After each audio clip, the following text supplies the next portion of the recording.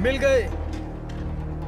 नबोर ईश्वर की जय हो, मर्दूक की जय हो, जो देवताओं का देवता है।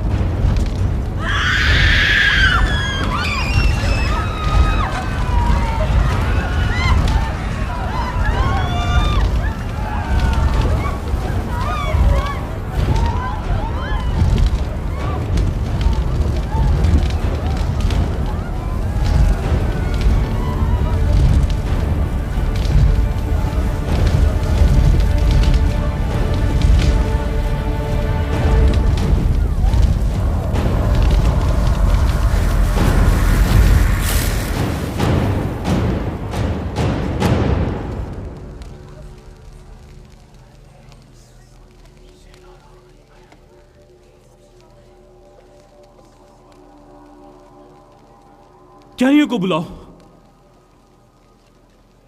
जल्दी करो।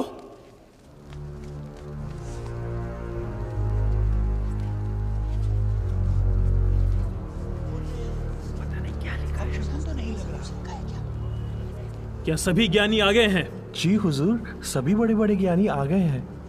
मुझे राजा से बात करनी है।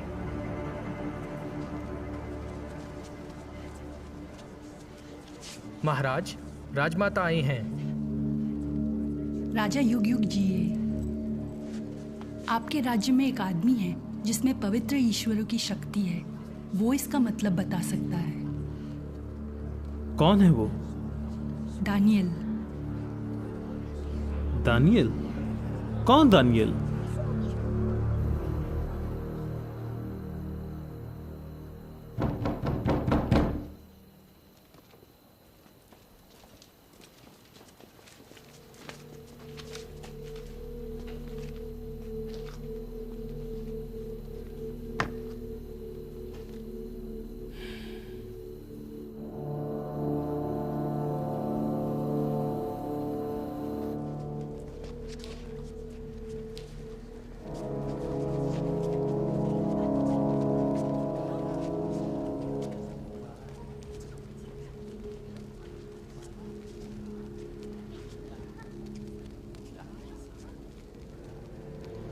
तू ही है दानियल? जी महाराज। मैंने सुना है कि तेरे पास रहस्य खोलने की काबिलियत है, इसलिए अगर तू ये लिखावट पढ़कर इसका मतलब मुझे बताए तो तुझे बैंजनी कपड़ा पहनाया जाएगा, तेरे गले में सोने का हार डाला जाएगा और तुझे राज्य का तीसरा सबसे बड़ा शासक बनाया जाएगा। मुझे तोहफे नहीं चाहिए। राजा चाहे तो ये सब किसी और को दे दे, फिर भी मैं इस लिखावट का मतलब बताऊंगा। परम प्रधान परमेश्वर ने नबूकदनेस्सर को राज, महानता, प्रताप और सम्मान दिया था, मगर जब उसका मन घमंड से फूल गया तो उसे राजगद्दी से नीचे उतारा गया और उसे कितना अपमान सहना पड़ा।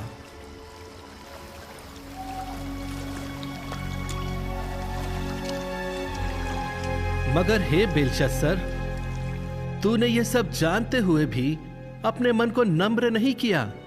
इसके बजाय तूने स्वर्ग के मालिक परमेश्वर के खिलाफ जाकर खुद को ऊंचा उठाया और उसके भवन के बर्तन मंगाए।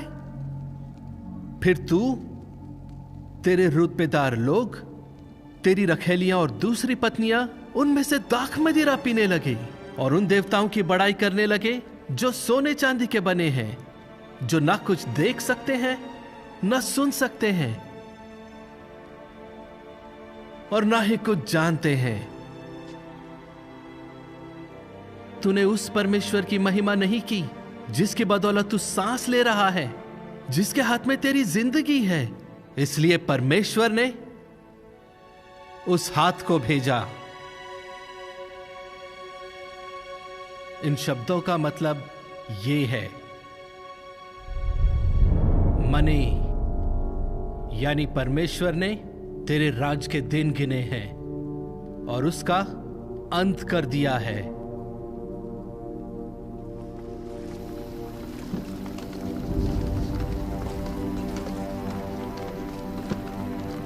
तकेल, तुझे तराजू में तौला गया और तू हल्का पाया गया।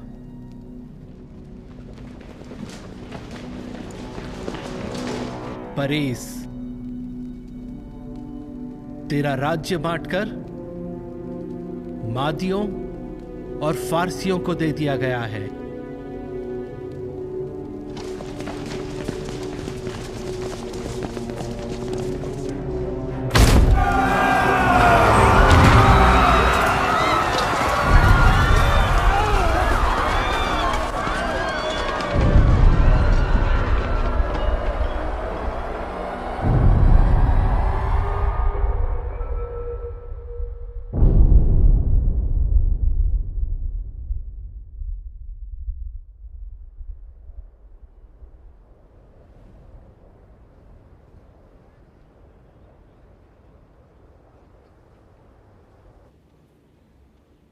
राजा दारा, ये दानियल है, एक यहूदी जिसे बंदी बनाकर लाया गया था। तुमने बताया था इस लिखावट का मतलब। नहीं महाराज, इस लिखावट का मतलब मेरे परमेश्वर ने बताया, इस्राएल के परमेश्वर ने। हमें ऐसे ही सूबेदार की तलाश थी जो बंदियों को अच्छी तरह समझता हो। मैं तुझे वो पदवी नहीं दे सकता जो बेलशस्सर ने तुझे दी थी। हुजूर, बेलशस्सर ने इसे तोहफे और सम्मान देना चाहा, पर इसने साफ मना कर दिया। तो तुम्हें खरीदा नहीं जा सकता। फिर तो तुम्हें सूबेदार नहीं, उनका अधिकारी होना चाहिए। तोरा, ऐलान करवा दो कि दानियल नया अधिकारी है। अब कोई भी शाही खजाने से चोरी नहीं कर पाएगा।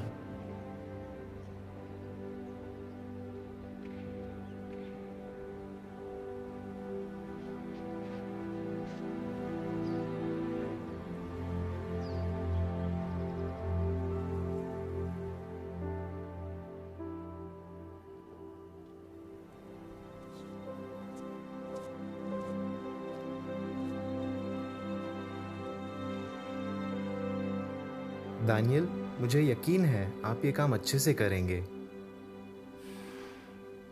बस यहोवा साथ देता रहे।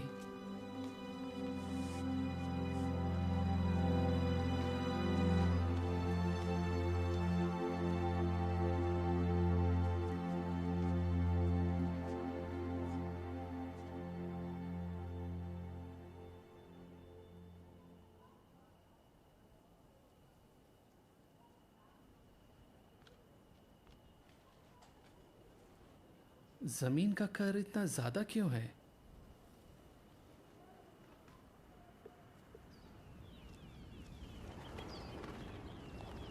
वो फिर से बगावत करने लगे। वो अपनी बात पर अड़े हुए हैं। मैं अभी अभी एक अधिकारी से जमीन का कर लेके आया हूँ। पैसे दिए उसने? हाँ, कर तो चुकाया, पर हमारा हिस्सा नहीं दिया। मेरे साथ भी यही हुआ। उनका कहना है कि वो सिर्फ कर चुकाएंगे। ऐसा क्यों हो रहा है? दानियल की वजह से। तो कुछ ले देकर मामला निपटा लेते। वो एक शकेल नहीं लेना चाहता। कहता है कि उसे जो मिलता है वो काफी है। ये सिर्फ एक दिखावा है। वो बस राजा की नजरों में छाना चाहता है। ये ज्यादा दिन नहीं चलेगा, देख लेना। कुछ दिन बाद राजा उसे कोई भाव नहीं देगा।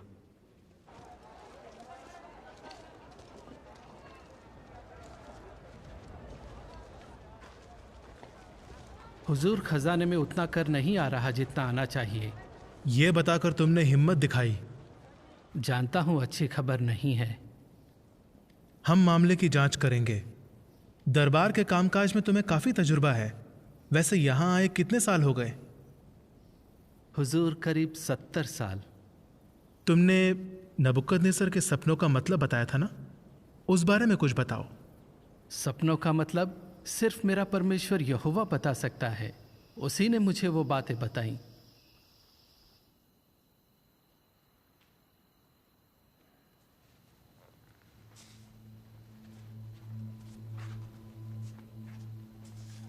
मुझे बेबीलोन आए 70 साल हो गए हैं।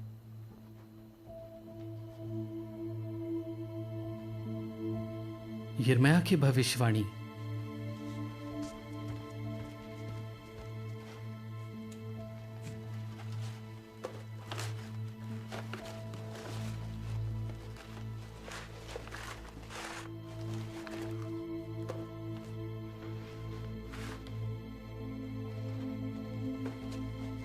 जब 70 साल पूरे हो जाएंगे तो मैं बेबीलोन के राजा और उस राष्ट्र से उनके गुनाह का हिसाब मांगूंगा। बेलशस्सर को मार डाला गया। यह भविष्यवाणी पूरी हो चुकी है।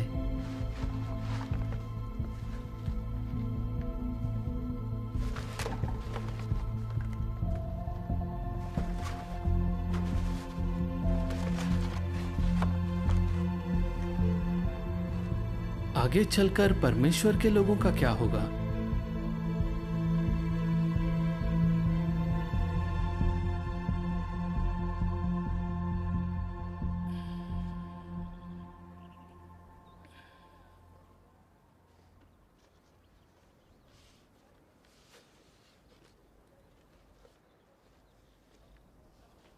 जब बेबीलोन में तुम्हें रहते 70 साल पूरे हो जाएंगे तो मैं तुम पर ध्यान दूंगा। मैं अपना वादा पूरा करूंगा और तुम्हें इस जगह वापस ले आऊंगा। यानी हम यहूदा लौट जाएंगे।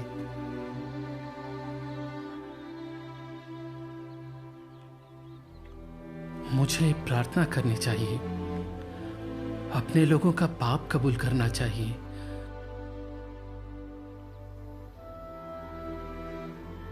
हे यहोवा, हमारी प्रार्थना सुन, हमें माफ कर दे। हे यहोवा, हमारी प्रार्थना पर ध्यान दे और हमारी मदद कर।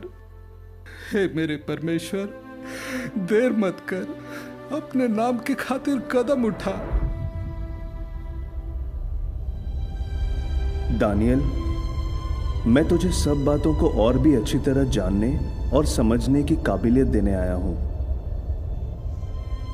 जब तू मिन्नतें करने लगा तो मुझे एक संदेश मिला और मैं तुझे वो संदेश बताने आया हूं। तेरे लोगों और तेरी पवित्र नगरी के लिए 70 हफ्ते ठहराए गए ताकि अपराध मिटा दिया जाए, पाप का अंत किया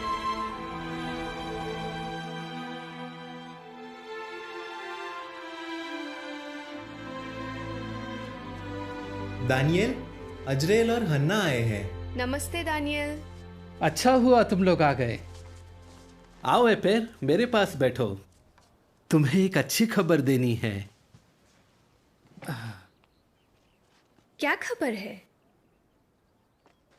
यहोवा ने वादा किया था कि उसके लोग यहूदा लौट आएंगे। मैंने यिर्मयाह की भविष्यवाणी बड़े ध्यान से पढ़ी। यहोवा कहता है, जब बेबीलोन में तुम्हें रहते 70 साल पूरे हो जाएंगे तो मैं अपना वादा पूरा करूंगा और तुम्हें इस जगह वापस ले आऊंगा। 70 साल, यानी यहोवा के लोग जल्द ही लौटेंगे। आपको पक्का यकीन है? एक स्वर्गदूत ने मुझे यह बताया। सच में? उसने कहा कि शहर दोबारा बसाया जाएगा, मंदिर की मरम्मत होगी और मसीहा आएगा। फिर तुम मंदिर को दोबारा बनते देखोगे। वहां तो खतरा होगा ना? यहोवा हर हाल में अपने लोगों को संभालता है। उसने यशायाह से कहा था, हमारे बच्चे दुख उठाने के लिए पैदा नहीं होंगे, क्योंकि वो यहोवा का वंश है जिन्हें उसने आशीष दी है। और यहोवा ने कहा है, तो समझो हो गया। पर वहां तो बस खंडर रह गए हैं। इसलिए तुम जैसे लोगों की जरूरत होगी जो इमारतें बनाते हैं। फिर आप भी वापस यहूदा चले जाओगे? चाहता तो हूं बेटा।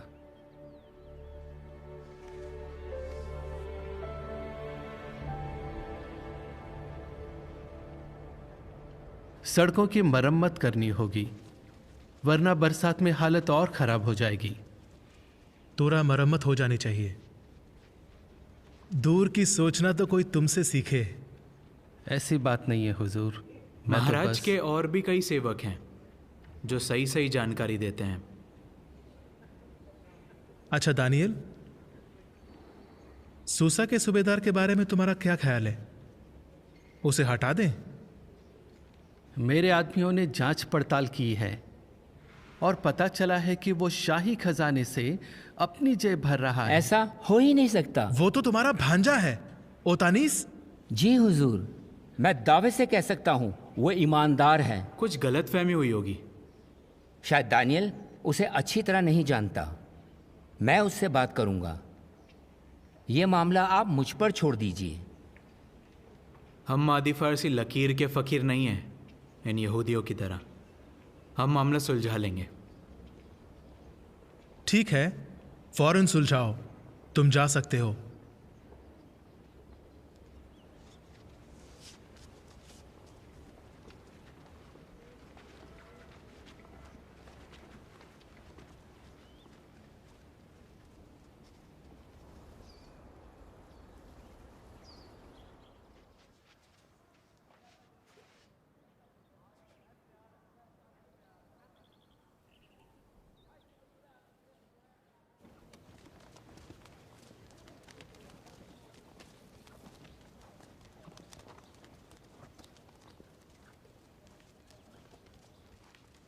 माफ करना मालिक, मेहमान आए हैं।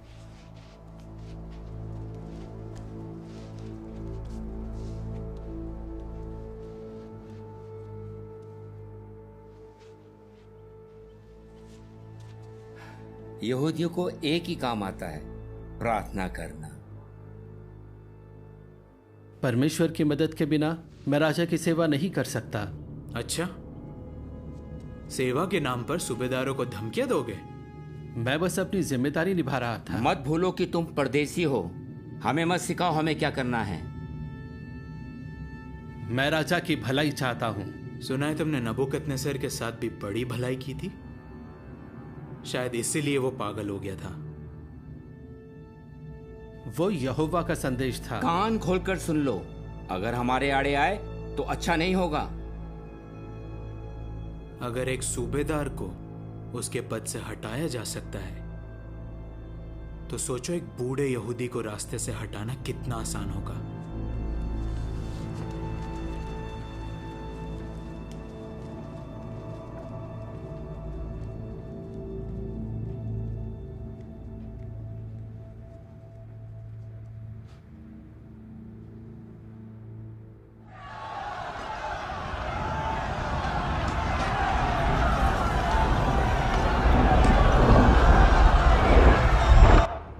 राजा युग युग जिए। जानते हो तुम्हें क्यों बुलाया गया है?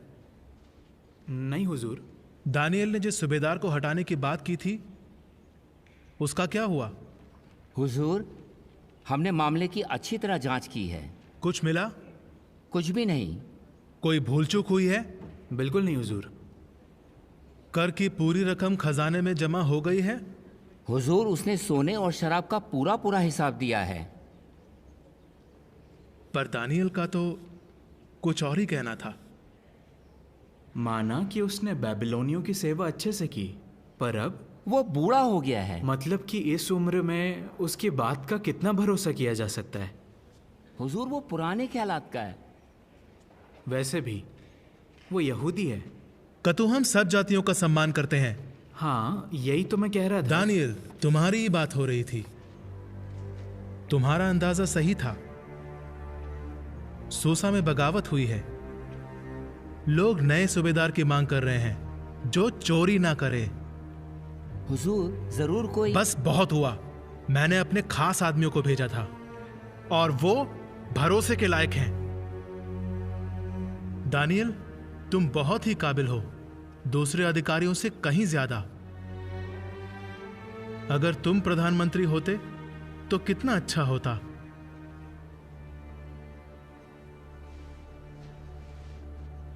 राजा से बात करके देखें। कोई फायदा नहीं। वो दानियल की बातों में आ गया है। उसके खिलाफ ऐसा कुछ चाहिए जो दारा भी नकार ना पाए। उसके खिलाफ कुछ हो तब ना। मिल जाएगा। कानून की अच्छी तरह जांच करो, उसने कोई ना कोई नियम तो तोड़ा ही होगा। और तुम व्यापारियों, अधिकारियों, सबसे पूछताछ करो। बता दो कि जो भी दानियल पर दोष लगाएगा उसे मुंह मांगा इनाम दिया जाएगा। बेबीलोन के दस्तावेज छान मारो। दानियल कोई दूध का धुला नहीं है।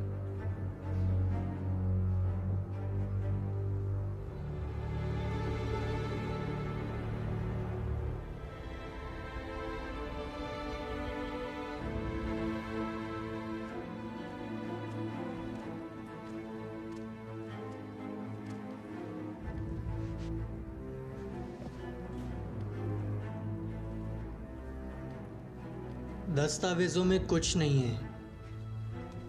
मिला कुछ? एक शेकेल इधर का उधर नहीं हुआ। दानियल की निगरानी में जो भी काम होता है पूरी ईमानदारी से होता है। लगे रहो।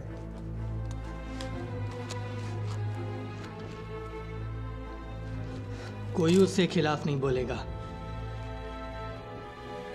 उसने सबका दिल जीत लिया है,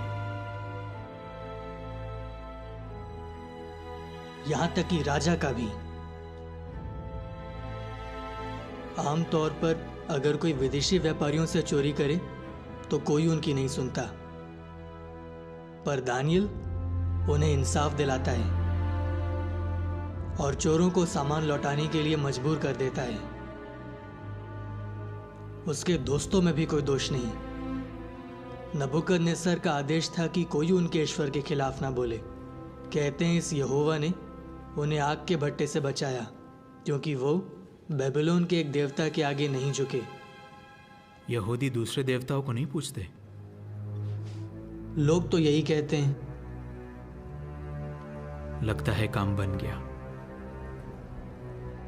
कतु, ओतानीस, बताओ क्या चाहते हो? राजा दारा युग युग जिए। आपका राज दूर दूर तक फैला है और यहाँ अलग अलग तरह के लोग हैं। बेबीलोनियों के साथ साथ मिस्री, यूनानी और कई परदेसी। हाँ, पर तुम कहना क्या चाहते हो?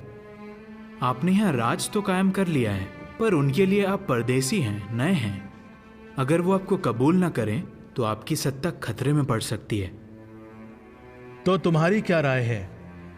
सभी बड़े बड़े अधिकारियों, प्रशासकों, सूबेदारों और राज्यपालों ने मिलकर मशवरा किया है।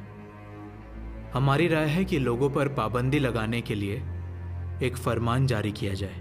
अगर 30 दिन तक कोई भी राजा को छोड़ किसी और देवता या इंसान से विनती करे तो उसे शेरों की मान में फेंक दिया जाए, वरना लोग बगावत पर उतर आएंगे। याद कीजिए सूसा में क्या हुआ था। इसलिए हे राजा, इस फरमान पर दस्तखत करके इसे जारी कर दीजिए ताकि मादियों और फारसियों के कानून के मुताबिक इसे बदला ना जाए और ना ही रद्द किया जाए।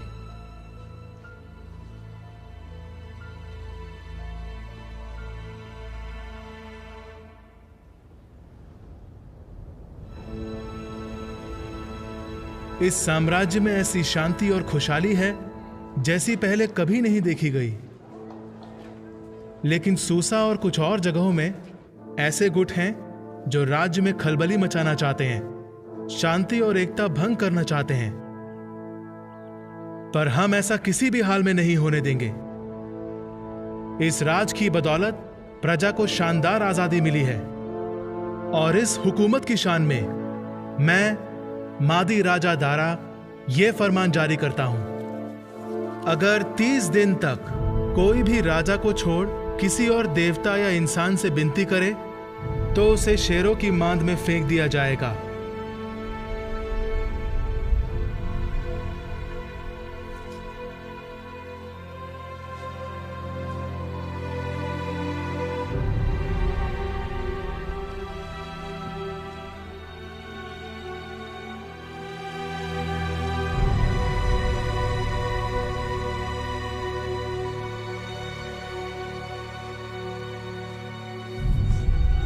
आप घर जाकर प्रार्थना तो नहीं करने वाले? अजरेल, तुम मुझे अच्छी तरह जानते हो। मेरे दुश्मन भी जानते हैं कि मैं हर रोज प्रार्थना करता हूं, अपनी खिड़की के पास दिन में 3 बार। अगर मैं खुलेआम प्रार्थना करना छोड़ दूं तो उन्हें क्या लगेगा कि आपने प्रार्थना करना ही छोड़ दिया। और वो ये सोचेंगे कि मैंने अपनी जान बचाने के लिए यहोवा को छोड़ दिया। मैं यहोवा को जानता हूं। अगर मैं उस पर भरोसा रखूं तो वो मुझे आशीष देगा। कैसे देगा पता नहीं, पर देगा जरूर। विनती करो कि मेरा विश्वास मजबूत रहे, हम सबका विश्वास मजबूत रहे, फिर चाहे कुछ भी हो जाए।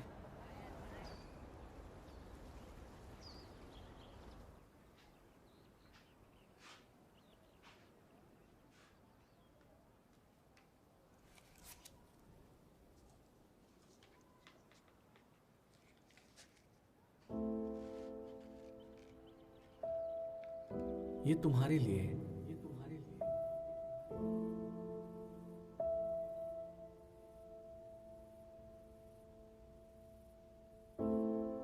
खाना तैयार है।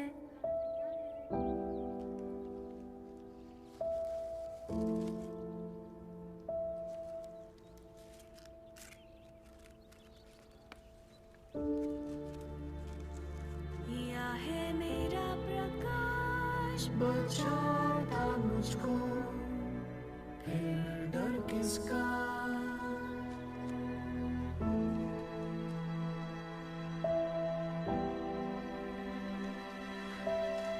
हे यहोवा, मेरी सुन।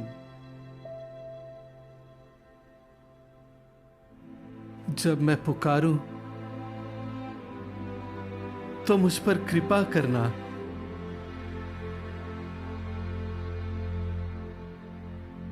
मुझे जवाब देना। हे यहोवा, मैंने तेरी मंजूरी पाने की ठान ली है, क्योंकि तू मेरा मददगार है। मुझे त्याग न देना, मुझे छोड़ न देना। तू मेरा उद्धार करने वाला परमेश्वर है।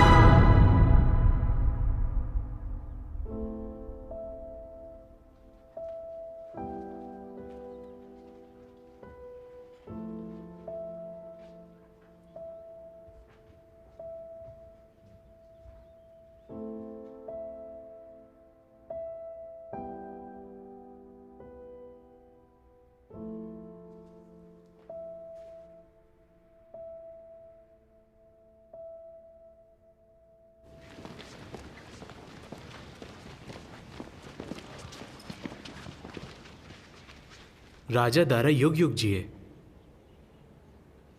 क्या महाराज ने एक फरमान पर दस्तखत नहीं किए थे कि 30 दिन तक अगर कोई किसी देवता या इंसान से विनती करे, यानी आपके अलावा, तो उसे शेरों की मान में फेंक दिया जाए? बेशक, और कानून के मुताबिक ये रद्द नहीं किया जा सकता। तुम चाहते क्या हो? दानियल, जो यहूदी बंदियों में से है, उसने आपकी बिल्कुल कदर नहीं की, ना ही आपके फरमान की कोई परवाह की। वो दिन में 3 बार प्रार्थना करता है।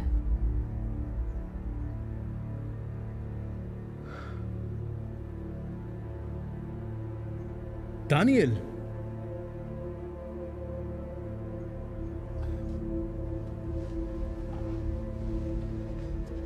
ये कैसे हो सकता है? गलत फहमी होगी। वो खुद इस बात से इनकार नहीं कर रहा। क्या किसी ने उसे प्रार्थना करते देखा? हम पांचों ने उसे देखा, हम गवाह हैं। वो बूढ़ा हो गया है, अनजाने में किया होगा। पर वो एक बड़ा अधिकारी है और उसे अच्छी तरह पता है कि राजा का हुक्म हर हाल में मानना चाहिए। तुम जा सकते हो। क्या हम उसे गिरफ्तार? सुना नहीं तुमने?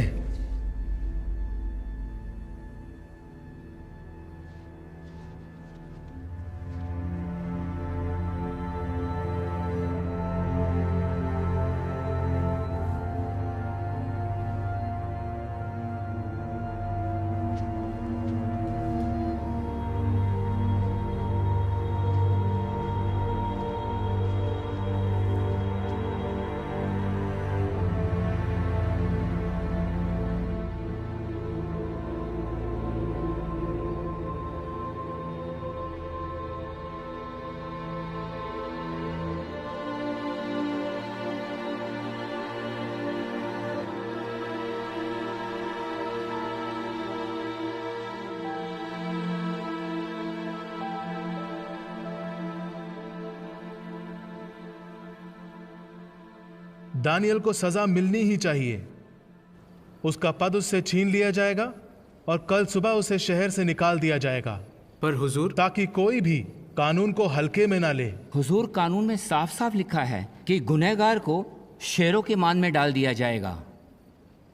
तुम्हारी नीयत सामने आ ही गई, शर्म नहीं आती?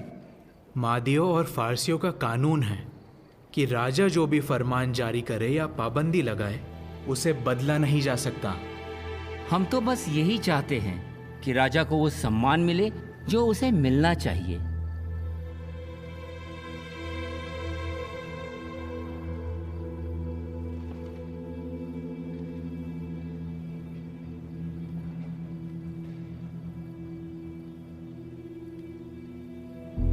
तो कर लो गिरफ्तार।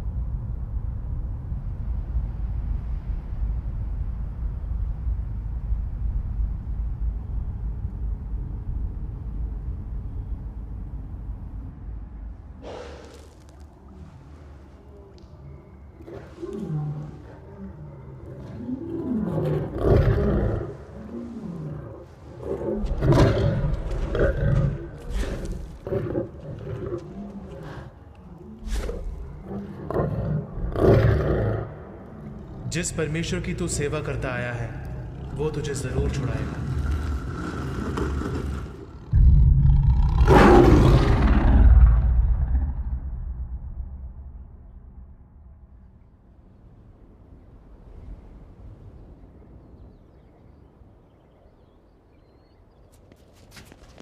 पत्थर हटाओ।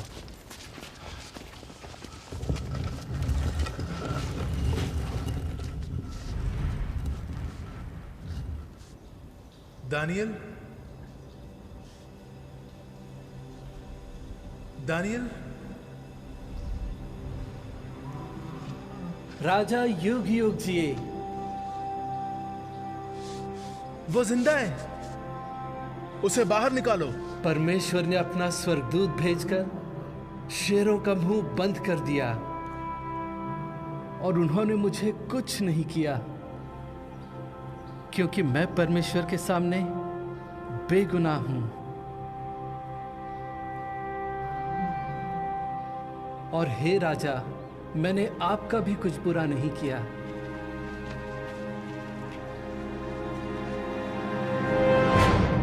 आर्मेनिया मेरा है। दानियल ने उन्हें सिर पर चढ़ा रखा था। वहां से सेना के लिए घोड़े मंगवाएंगे और कुछ मेरे लिए। ठीक है, आर्मेनिया तुम्हारा। मेरी नजर बैक्ट्रिया पर है, खासकर वहां के रत्नों पर। अरे बांट लेंगे दानियल का इलाका, जल्दी क्या है। पीछे वाला कमरा देखो।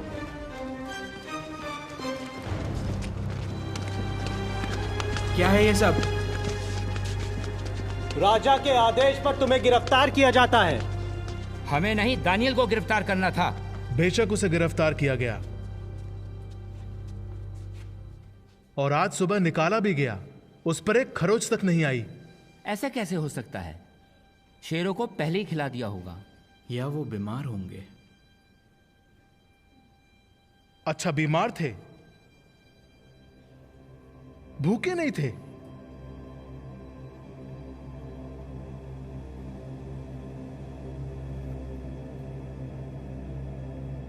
फेंक दो बीवी बच्चों के साथ, देखते हैं शेर भूखे हैं या नहीं। माफ कीजिए।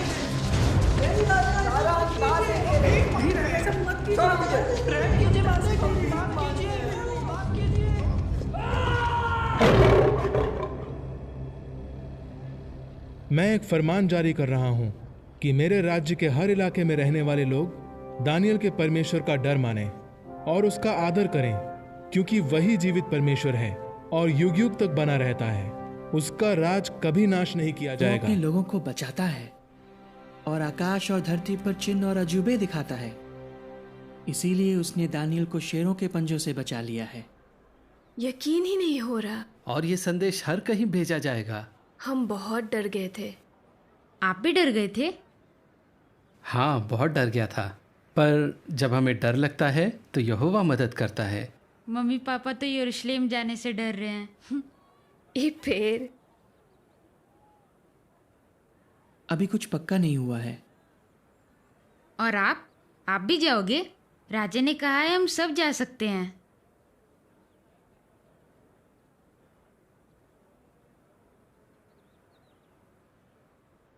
काश मैं जा पाता।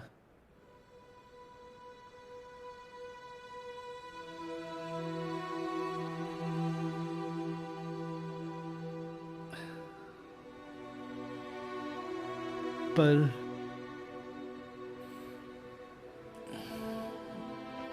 अब मैं बहुत बूढ़ा हो गया हूं।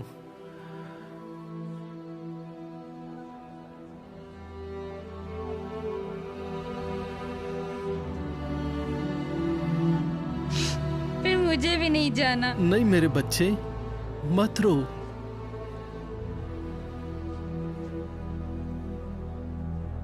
तुम देखना, यरूशलेम पहले जैसा नहीं होगा। यहोवा के वादे पूरे होंगे। सब लोग उसकी उपासना करेंगे और तुम एक नया मंदिर देखोगे। उससे सुंदर जगह क्या कोई हो सकती है?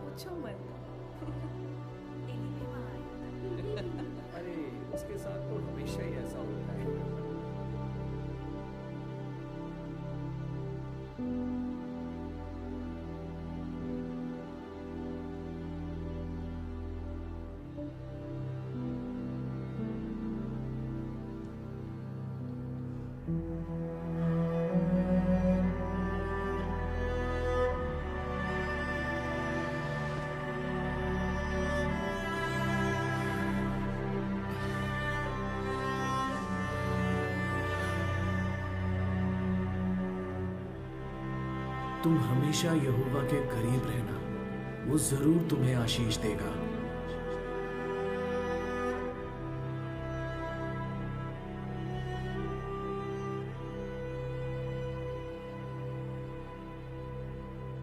मैंने यहोवा से सिर्फ एक चीज मांगी है,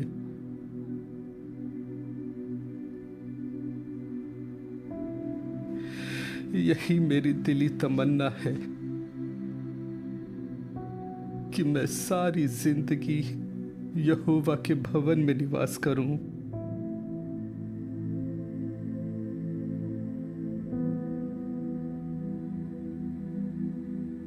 और देख सकूं कि यहोवा कितना भला है।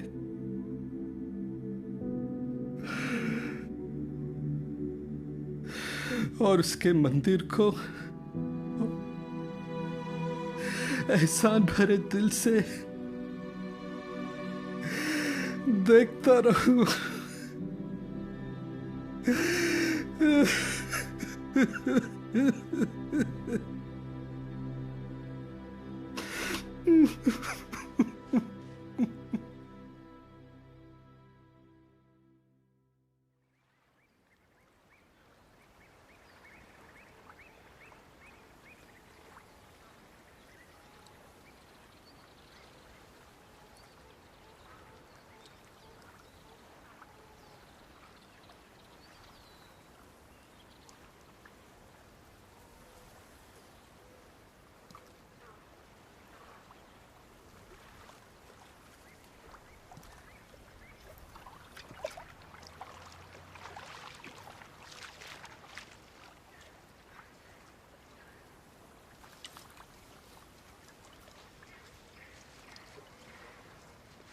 दानियल, आपको आराम करना चाहिए।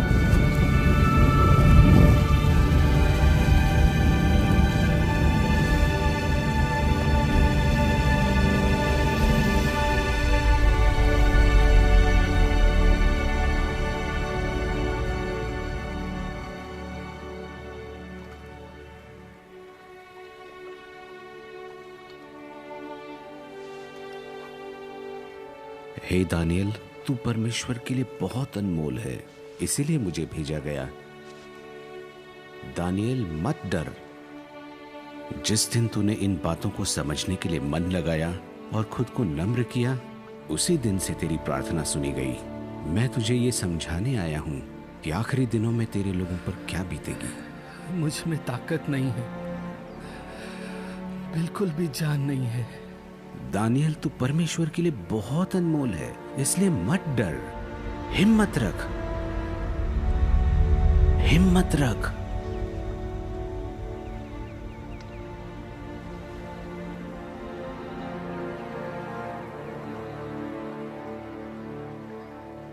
मालिक, अब तू बोल, क्योंकि तूने मेरी हिम्मत बंधाई है। मैं तुझे बताऊंगा कि सच्चाई की किताब में क्या लिखा है। देख, फारस में 3 और राजा उठेंगे और चौथा राजा बाकियों से ज्यादा दौलत इकट्ठी करेगा।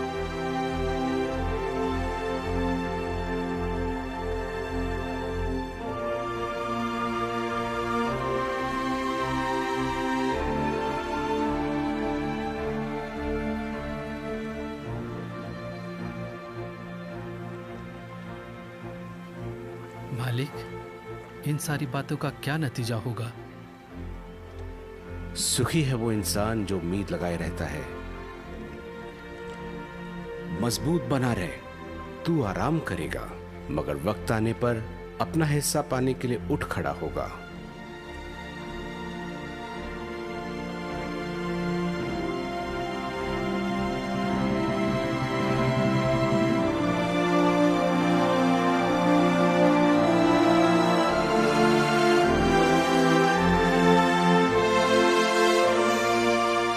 शाही खाना खाकर परमेश्वर की आज्ञा नहीं तोड़ना चाहते। तो तुम अपने ईश्वर से डरते हो? हाँ। सपनों का मतलब मेरा परमेश्वर यहोवा बता सकता है।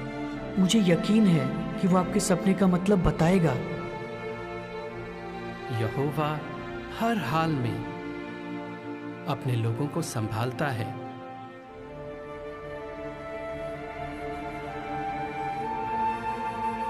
मैं यहोवा को जानता हूं। अगर मैं उस पर भरोसा रखूं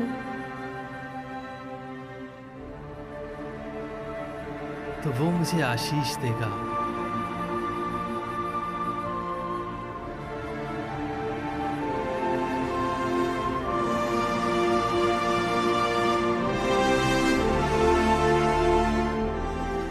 कैसे देगा पता नहीं,